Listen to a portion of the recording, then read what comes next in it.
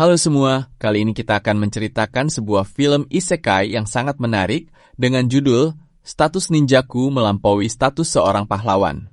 Oke, langsung saja kita mulai. Jangan lupa untuk subscribe ya. Jangan lupa siapkan kopi dan cemilannya biar tidak ngantuk ya.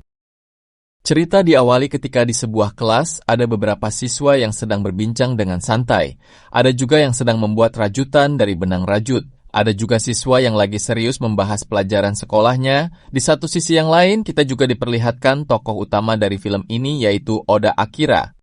Ini adalah Oda Akira, siswa yang pendiam dan memiliki hobi yang unik, yaitu suka membaca komik yang berhubungan dengan dunia isekai. Saat Akira sedang serius membaca sebuah komik di handphonenya, tiba-tiba ada hal terjadi di lorong kelas yang terdengar sangat keras sekali dengan bunyi yang tidak biasa. Hal itu langsung membuat Akira penasaran untuk melihatnya. Benar saja sebuah lingkaran aneh muncul di atas lorong kelas. Semua siswa juga merasa bingung apa yang terjadi. Ternyata yang muncul adalah merupakan lingkaran sihir pemanggilan dari dunia lain. Para siswa pun merasa ketakutan dengan hal itu. Beberapa saat kemudian cahaya putih menyilaukan muncul dari lingkaran sihir itu dan seketika seluruh siswa tiba-tiba dipindahkan ke tempat lain. Para siswa pun bingung, mereka berada di suatu aula yang besar. Di sana semua orang sedang menunggu para siswa, seolah aula mereka sudah mengetahui akan kedatangan mereka. Di sisi yang lain, terlihat seorang raja dan penasihat kerajaan sudah siap menyambut mereka. Mendengar penjelasan penasehat kerajaan, Akira akhirnya menyadari ini mirip seperti cerita dunia isekai yang dia baca selama ini. Penasehat sihir kerajaan memberitahu para siswa bahwa mereka yang dipanggil ke dunia isekai ini akan memiliki kekuatan spesial yang disebut pahlawan. Untuk mengetahuinya, mereka hanya perlu menempelkan tangan mereka ke bola sihir, maka kekuatan mereka akan terlihat. Benar saja, seorang siswa yang mencoba langsung terlihat status kekuatannya. Layar yang muncul akan memperlihatkan level dan kekuatan dari orang tersebut. Siswa itu pun tersenyum melihat status dirinya yang sangat kuat yang bahkan tidak ia sangka. Melihat hal itu membuat siswa yang lain sangat ingin mengetahui status kekuatan mereka. Bahkan ada salah seorang siswa melihat di layar ternyata ia mendapatkan status pembalik kutukan DG level yang cukup tinggi. Melihat hal itu membuat Akira menjadi bertanya-tanya. Dia merasa ada yang janggal dengan ini semua. Berdasarkan intuisinya, seolah-olah pihak kerajaan menyembunyikan maksud jahatnya. Yang membuat Akira bingung ternyata hanya dia yang dapat melihat status tanpa menyentuh bola sihir. Sesaat kemudian Akira melihat satu siswa di depannya, ternyata status yang dimilikinya jauh di atas siswa yang lainnya. Bahkan di status miliknya, ternyata dia adalah pembunuh bayaran level 1 dan statusnya sangat abnormal. Siswa yang di dunia nyata berprestasi dan ketua kelas ternyata menjadi status pahlawan level 1. Menyadari levelnya abnormal, dia merasa bahwa jika raja tahu, maka dia akan dijadikan senjata oleh kerajaan karena level skillnya melampaui status pahlawan. Akhirnya, Akira mencoba salah satu skillnya, yaitu pelenyap keberadaan. Dan benar adanya teman Akira yang berada di sampingnya tidak menyadari keberadaannya. Setelah semua skill status siswa diketahui, akhirnya semua siswa meninggalkan aula untuk pergi ke kamar yang sudah disediakan oleh kerajaan. Akira, yang saat ini masih menggunakan skill pelenyap keberadaan, berusaha mencari tahu kebenaran dari semua ini. Saat berjalan di lorong kerajaan, kecurigaan Akira bertambah besar. Dia melihat kamera pengintaian terpasang di langit-langit yang sengaja dipasang untuk mengawasi semua siswa. Untung saja Akira menggunakan skill pelenyap keberadaan. Meskipun begitu, dari kejauhan, ternyata ada sosok kesatria yang ternyata menyadari skill yang dimiliki oleh Akira. Kesatria itu bernama Kapten Saran. Malam pun tiba, Akira menemukan sebuah kamar kosong yang sepertinya tidak ada yang menempati. Keraguan dan kecurigaan Akira tentang dunia ini masih besar. Akhirnya, Akira memutuskan untuk keluar menyelidiki ke kamar raja. Akira memperhatikan sekitar sambil mencari tahu di mana letak kamar sang raja. Setelah mengetahui posisi kamar sang raja, Akira menggunakan skill pelenyap keberadaan dan menuju ke sana. Sesampainya di ruangan sang raja, Akira mendapati raja sedang berbincang dengan penasihatnya. Mendengar percakapan mereka, akhirnya Akira tahu bahwa sebenarnya mereka sedang merencanakan sesuatu yang sangat jahat. Bahkan mereka akan menjadikan para siswa sebagai senjata menguasai dunia. Mendengar hal itu, Akira sangat marah, bahkan sempat akan membunuh sang raja. namun dia masih bisa menahannya karena dia masih harus mencari cara agar bisa kembali ke dunianya. Keesokan harinya, para siswa berkumpul di meja makan untuk sarapan pagi. Di sana mereka dikamu dengan makanan yang sangat lezat. Akira yang masih menyembunyikan keberadaannya tetap mengawasi kondisi sekitar. Sang pahlawan yang belum memahami situasi yang sebenarnya berusaha meyakinkan semua siswa agar berusaha dan berlatih agar bisa membunuh Raja Iblis. Setelah jamuan makan selesai, para pahlawan berkumpul di lapangan untuk berlatih. Latihan pertama para pahlawan dilatih oleh Kapten Saran dan wakilnya. Kapten Saran mengatakan untuk meningkatkan level skillnya hanya dengan melawan langsung para monster di dungeon. Tapi hal itu tidaklah mudah, maka persiapan fisik dan mental sangat dibutuhkan. Kapten Saran yang melihat Akira di taman akhirnya mendekati Akira. Akira pun terkejut kenapa ada yang melihatnya, padahal skillnya masih aktif. Kapten Saran pun menjelaskan bahwa dia punya skill yang dapat mendeteksi keberadaan orang. Itulah alasan kenapa dia bisa melihat Akira.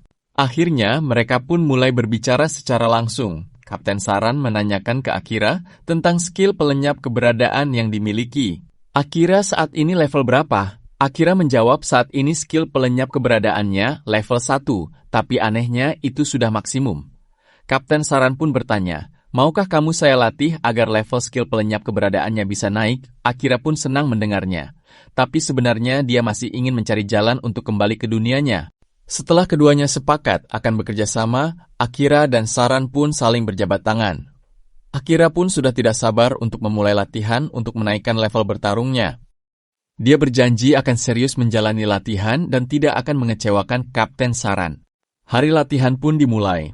Akira menjalani latihan fisik terpisah dengan siswa yang lainnya. Sementara itu, siswa yang lainnya saat ini sedang berlatih bersama wakil Kapten Saran.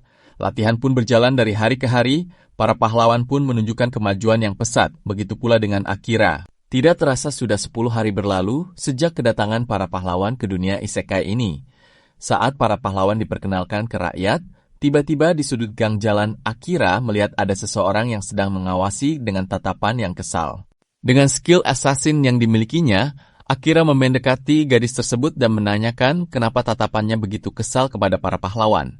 Gadis itu memberitahu Akira bahwa fakta yang disembunyikan oleh kerajaan bahwa untuk memanggil para pahlawan dibutuhkan pengorbanan manusia yang tidak sedikit, dan kakaknya pun menjadi korban.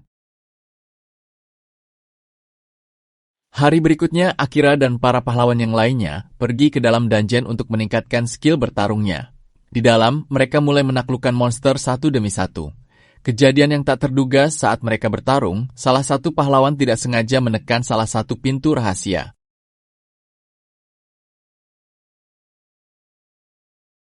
Di saat semua siswa panik, Akira langsung menyerang monster tanpa ragu.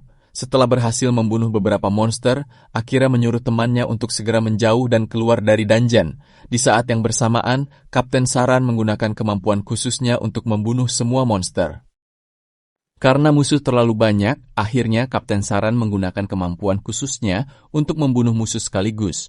Pedang Kapten Saran seketika melancarkan serangan dengan kekuatan cahaya yang keluar dari pedangnya.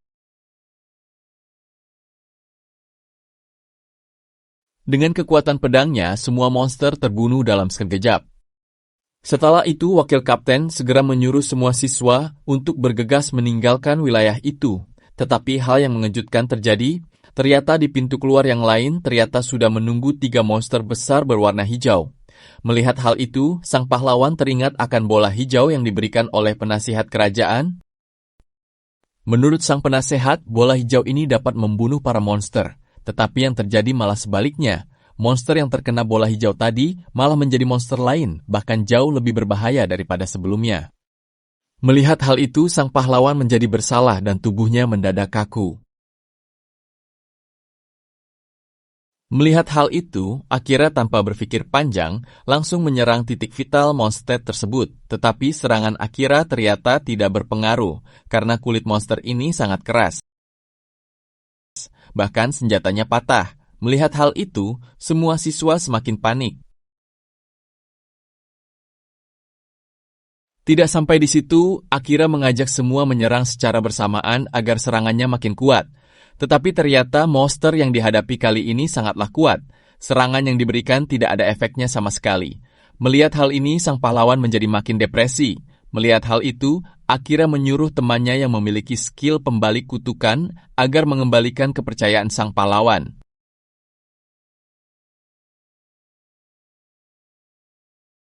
Melihat berapa kuatnya monster yang dihadapi, Akira mengatakan kepada Kapten Saran bahwa dia ingin menggunakan skill bayangan agar bisa mengalahkan monster tersebut. Kapten Saran pun setuju dan akan menggunakan juga skill petir pamungkasnya untuk membantu Akira.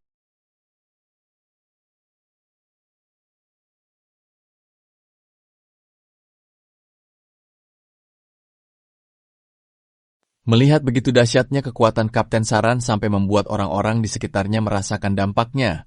Di sisi lain, Akira menyiapkan skill pembunuh bayangan yang sangat kuat untuk membunuh monster tersebut.